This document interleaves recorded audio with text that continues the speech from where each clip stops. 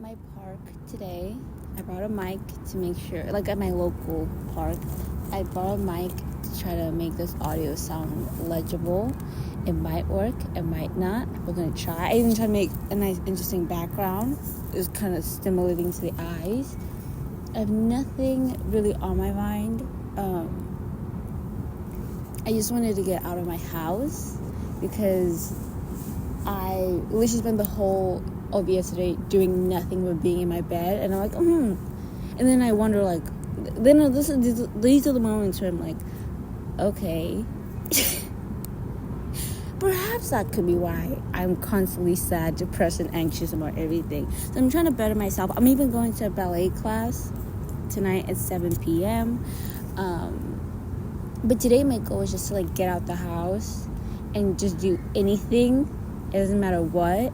And this is one of the only free things I can do. Because even just getting out the house, immediately it's to go pay for gas. I was like, yep, I'm out of gas. My car might break down on the way to me trying to get to the park. I need to go get gas.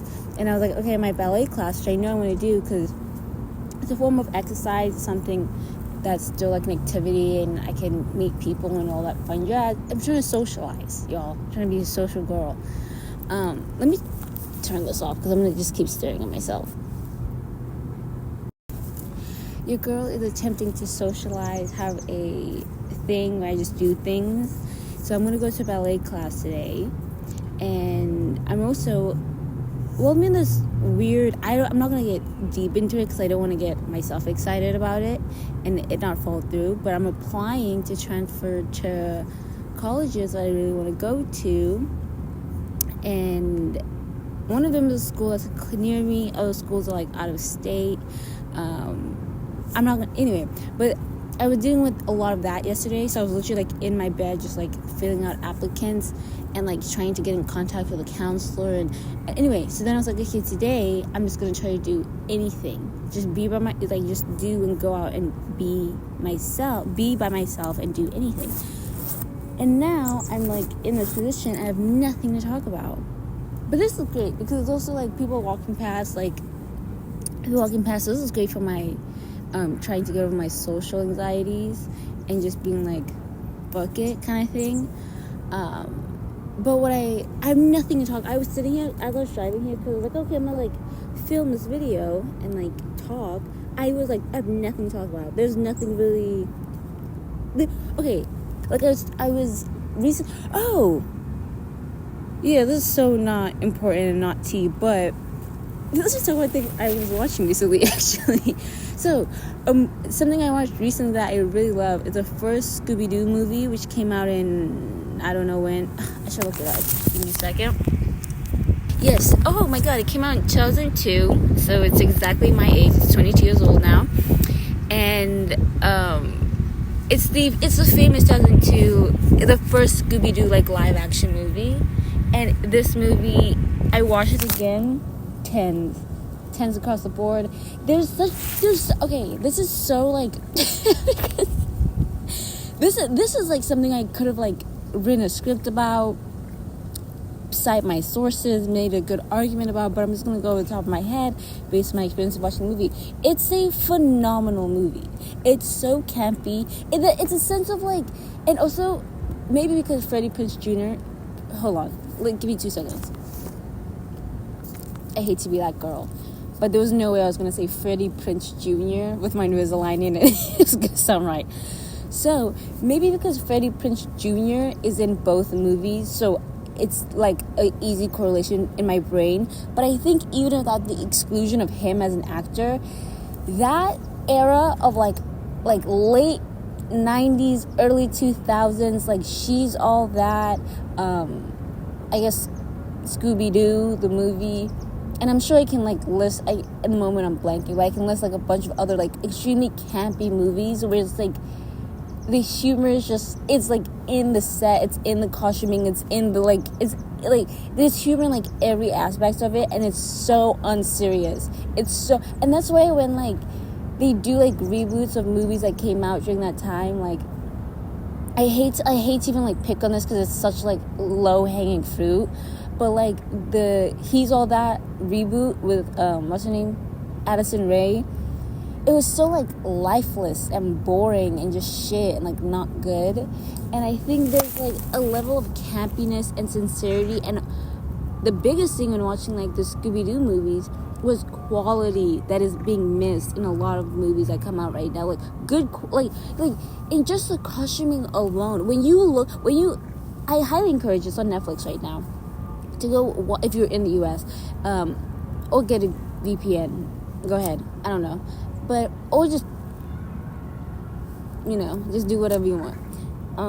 But if you really rewatch that movie, like even taking the main character's costuming out of it, which trust, we wouldn't take that out of it, because the way they are dressed is really well done, especially because the movie is like, it's a kids movie, and it's a movie that comes from cartoon, like series of like cartoon shows and movies that were all animated. So the characters have this very distinct look because they're cartoons. So of course they have the infamous like wearing the exact same outfit every time you see them. So there's a very distinct image that, as an audience member, is someone who just lives in the cultural zeitgeist. You know what the Scooby-Doo characters look like. You might not even watch an episode of Scooby-Doo. You might have not even seen an episode of Scooby-Doo. You might not even be able to name all the mystery gang, but you certainly know what they look like.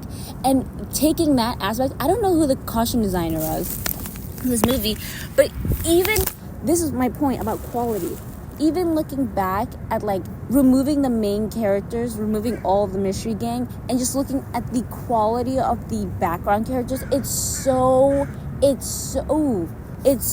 2000s. And I thought this when I was watching the movie, and honestly I sincerely mean this I think maybe the first time in history, the most like sincere, I actually like have sincerity when I say this, and I'm not trying to be like mean and a bitch. I actually mean this as a compliment and not as an insult. That movie looks like Spencer's, the shop, and it, like every character behind the scenes, they all look like they shop at Spencer's. And that's what it's supposed to look like, because it's a movie set in the early 2000s at like the boom of like mall culture. And also like it's a spooky movie. They go to like a spooky island, so all of them are dressed alternatively and like cool. They look like, and they're all supposed to be, shockingly enough, when I watched this movie, I was like, oh shit, they're all supposed to be like new adults, like they're supposed to be out of college. So they're college kids who were raised in the early 2000s, who are like, at like all the background characters are people who would attend a spooky island as like vacation, and they're on like a beach at the same time. So in that, all those categories, them looking like they would shop repeatedly, like they have a loyalty program at Spencer's, makes the most sense. And it's like, and it's not like, and it looks good. I know when I say it, they look like they shop from Spencer's, you go, what? But it's like good quality clothes, and just seeing how the background characters were dressed, one makes me like sad for a time in which people were dressing like that, and it was super. I mean, people are still very expressive now. It's just now everyone loves a beige now. Kim Kardashian has truly like that. Truly, I think there's obviously like the influence of like Kanye West. The influence of Kanye West and Kim Kardashian in fashion, especially with like Yeezy and whatever that era was. The obsession with beige. Everyone loves beige, whether it's a dark beige, a light beige. Is this Kim Kardashian has made a full on, like, I think for the first time in her career, a very successful retail business. Her, like, truly, this is like something that has kind of surpassed her as far as it could possibly surpass Kim Kardashian, with Skims. And that is just a collection of beiges, babes. That is just a collection of essentials. I don't know if they're made in good quality. I've been gifted a Skims thing. Babes, I don't know. What I'm trying to say is there's a big sense of like quantity over quality that has truly, like, after the pandemic, has really just been like a wave. And I guess because I'm living like midway through this 20th century, I guess, not century, decade, this decade. And it's 2025 now. I can kind of see that in the foresight, and I can like, oh wow, yeah, that really is that. Like, yeah, like our clothes are getting cheaper. Food is kind of tasting worse. Movies are just kind of like not so fun and kind of shit now. TV shows are like kind of like the same things and everything. And as someone who's like consuming that, obviously there's a fucking demand, and I'm part of that reason. So like, this is not me trying to be on a high horse, because I'm very much the problem, and I'm aware of that. But we all are. So calm down. Don't try me. Look at the man in the mirror, because I have to. Yeah. So Drag Race is back on, which truly, like, once again, like I said, it's more of like social capital to me. Like, I enjoy the show, and the looks are always going to be my favorite part. There's just so many queens now where, like, it doesn't really matter. Like, there was a point, like, I remember watching, like, season, like, who's like, season, in my opinion, one of the best seasons of Drag Race, season 9. Re-watching season 9 as often as I do, that season, there were so many, there's so many people in that cast that are still very notable people and figures in Drag Race. But that season was such a good season because all the girls had such distinct, strong personalities. Eureka, fully forgot about Eureka. To be fair, she didn't last that long, so give me a break, Kelly. Come on. But that was one of the best seasons of Drag Race, and there was such distinct girls, and there was such distinct personalities, and you could kind of tell who was like the main characters of them all. Like, you couldn't tell who was going to be in the ending seasons, and those girls did last, but they were very much like, it was a very good season of Drag Race. Right? I felt like the cast made it a good season of Drag Race. I mean, yeah, the cast made it a good season of Drag Race. From Sasha Velour, from Shea Coulee, from Peppermint, from that. Oh, I was gonna say Naomi Smalls. I got so excited. Naomi Smalls is one of my favorites, but she was not in that season. Valentina, Aja, Pheroma. Like, there was a lot of like big personalities in that season that made it really good, and I think season 17 feels very reminiscent of that, and that's what gets me very excited about it. Like Corey King and Miss Lydia Butthole, I'd love to see those two get together, especially Corey King. I really like Corey King. I think she's so cool. I think Miss Lingerie is, once again, I just told y'all, Naomi Smalls is one of my all-time. So when I see a Miss Lingerie, of course, yep, I'm gonna put you in my back pocket, girl, because me and you are gonna ride like this. And an underrated one that I didn't see myself liking as much as to be fair, her promo looked, y'all might not have liked it, it fucking got me, but I did not expect to like her as much as I do. Miss Lexi Love, I was like, oh my god, you're fun, you're interesting, you're cool. Like, when she was like, all these girls have drag legacies and drag families and all this, and I come from like the streets, I come from like the grid and the grunt. I was like, oh my god, like, yes. So Lexi Love, I'm very excited about. Oh, and not Anitra, what's her name? The one with the cool nose contour. I forget her name, but she is one of my favorite. She has like, I think, one of my favorite packages this season. I really like her. There's just a lot of girls. Miss Susie too. I didn't expect myself to like her as much as I do. Anyway, Miss Susie Toot, she's so cute, and everyone keeps going on at Susie Toot about her makeup. Miss Susie Toot is cute, y'all, so stop being bitches. She's so cute. I think she's so cute. I know she's like fully older than me. She's like fully older than me. I think she's so adorable. I love Miss Susie Toot. This is a Toot household. Anyway, I think I named like almost like half the cast, and even the girls that I don't care to like follow and keep, like,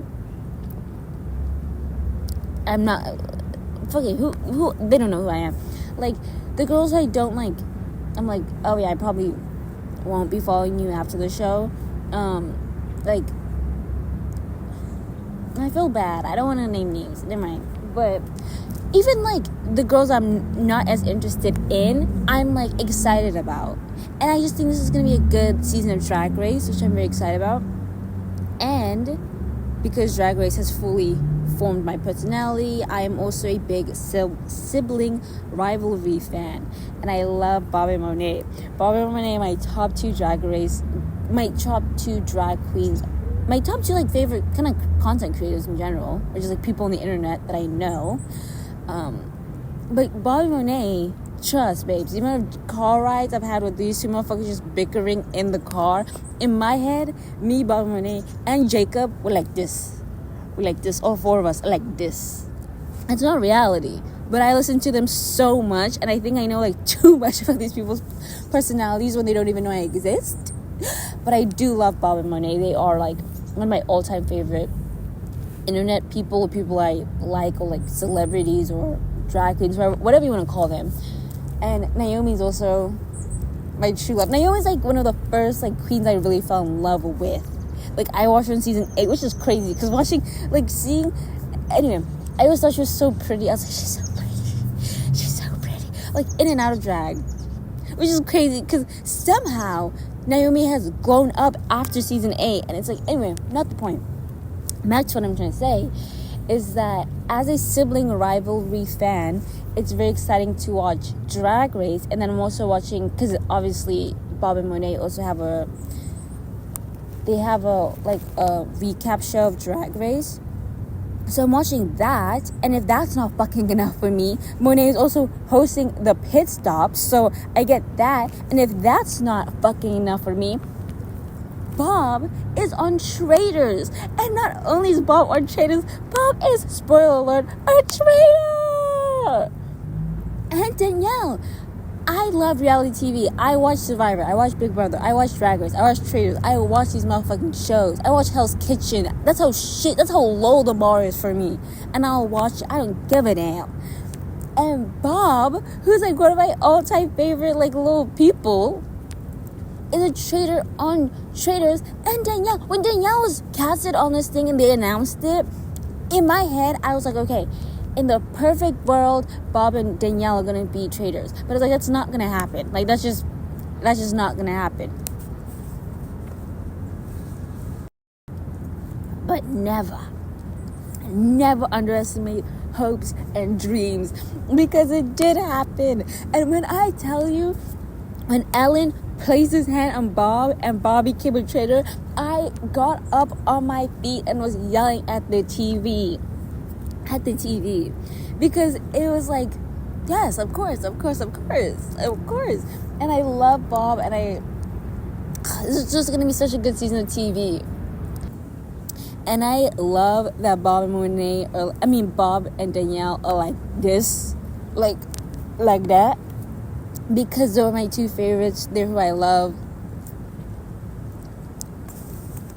They're the best.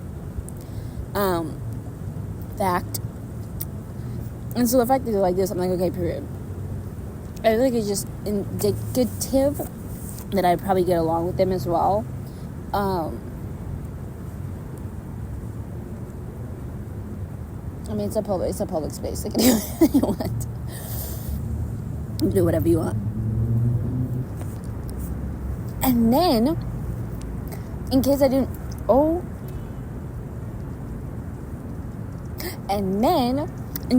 enough feel like the main character in this, fucking Boston Rob comes back. I was like, there's no way they were gonna bring this man in episode 1 and put him on the posters and everything, and he's not gonna come back.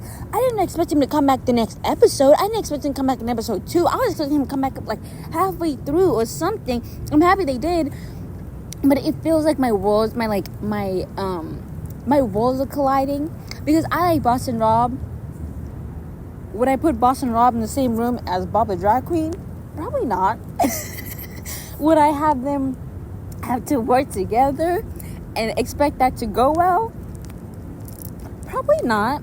But it's because they're two like very hard-headed, strong like personality, like, and very, that this is truly the biggest thing. They're both very confident in themselves, and they're not gonna budge. They both have that personality where they're like, I'm not gonna budge, mate. I think because Rob might, he's getting a bit older. He's a pow of his 3 kids.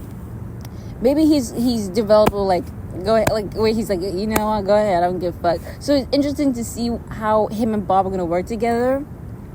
But in case this wasn't already fucking enough about me, when Bob came into that trio, I mean, well, the foursome, I forget about Carolyn, Cuckoo Crazy Carolyn. I like regret it, I still say it, because who's gonna see this? No one. Cuckoo Crazy Carolyn, don't call her that. I shouldn't even be calling her that, so let me not say that. But Carolyn, and Carolyn is actually very exciting, because I feel like I understand those 3, and I kind of understand, like, how they perceive the situation that they're in. I think I have somewhat of an understanding of how Danielle thinks strategically, or like I can like kind of not predict, but I can assume what she's gonna do. I can kind of assume what Rob's gonna do. I can assume what Bob's gonna do. But Carolyn, that's what excites me about her. I have no fucking idea, and I think that's what makes her such a good traitor. Because it's like, bitch, I don't know what the fuck you're gonna do. And sometimes, but Carolyn might be like one of the first traitors where I could generally see her stab one of her own in the back, not for like, hey, like, I have to preserve myself kind of thing. She's gonna say that. She's gonna say this is for me.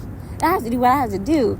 But it's gonna be like in a way to push herself forward. I don't know if it's gonna be honorable, and I'm very excited to see. Because if it's not, peace. Shout out to her. No hate here, because do what you gotta do, babes. Do what you gotta do to win that money. And if Carolyn can outsmart all 3 of them or backstab them, the fact that when they were like, Alan's like, oh, this is episode 3, I'm talking about the ending of episode 3, where all the traitors are separately being told that they have to go to like this back room, and essentially like in the middle of like a social party, they have to try to all sneak away. Well, they don't all have to do it. One of them could have done it, or maybe that was, I don't know, whatever. They have to go sneak away and write 3 names that they want to like essentially put up for elimination in the next episode. And Alan, of course, and the producers in the evil, wicked, good ways, they're like, you can put a traitor's name up there if you want to. You could do that. And of course, my head, like Danielle and Rob, we're like, of course we're not doing that. Bob's like, put Carolyn's name on. Put Carolyn's name on right now.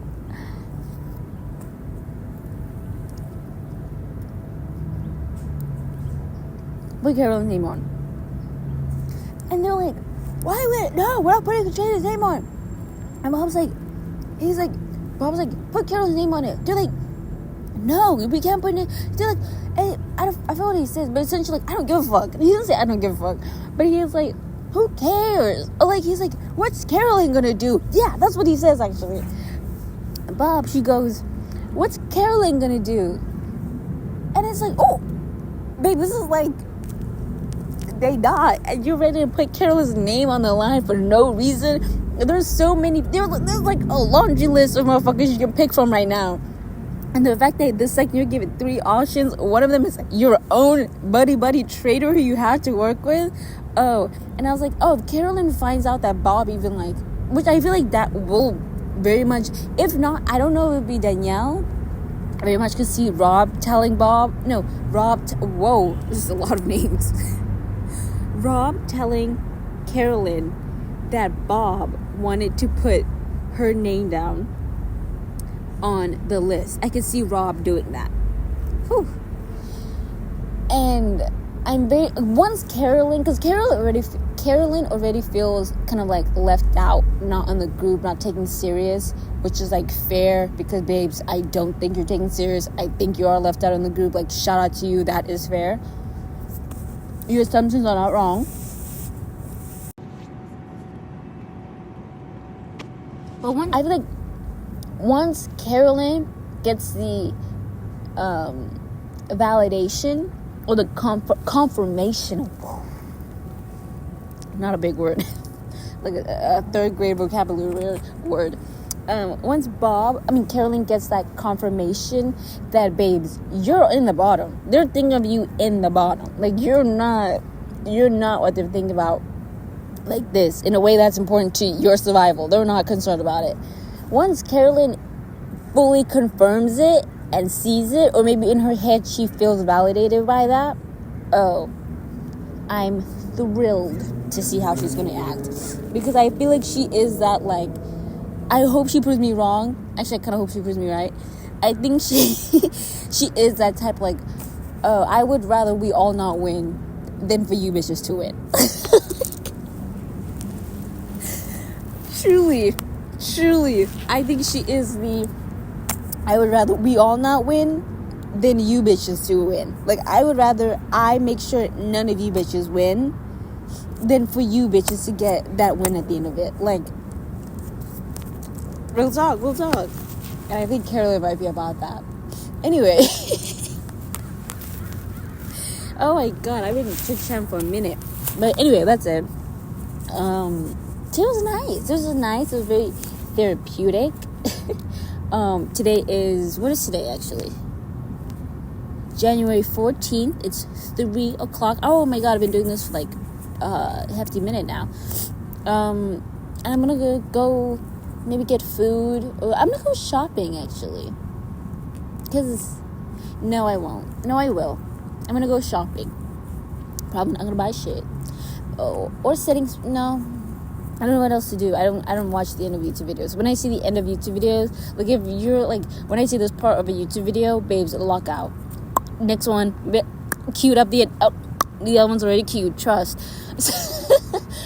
So, I don't ever watch what they say at the end of YouTube videos, because most of the time they have like their sponsorship around here. Anyway, that's so not important. Thank you for watching. I appreciate you listening to me, especially if you made it to this point. I hope this was coherent. If not, at least it was fun, hopefully.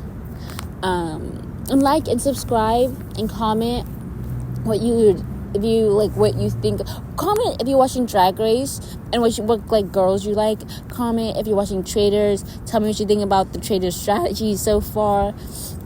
Comment if you see Scooby-Doo the movie. Tell me how you feel about that. Tell me whether or not you do feel like the quality of life. Well, yeah, the quality of life is kind of deteriorating. Not of life. Well, kind of life. But quality living is deteriorating. And, yeah, thank you for watching. Thank you for listening to me ramble. And have a good rest of your day or night or whatever it is. So, bye. You little freak.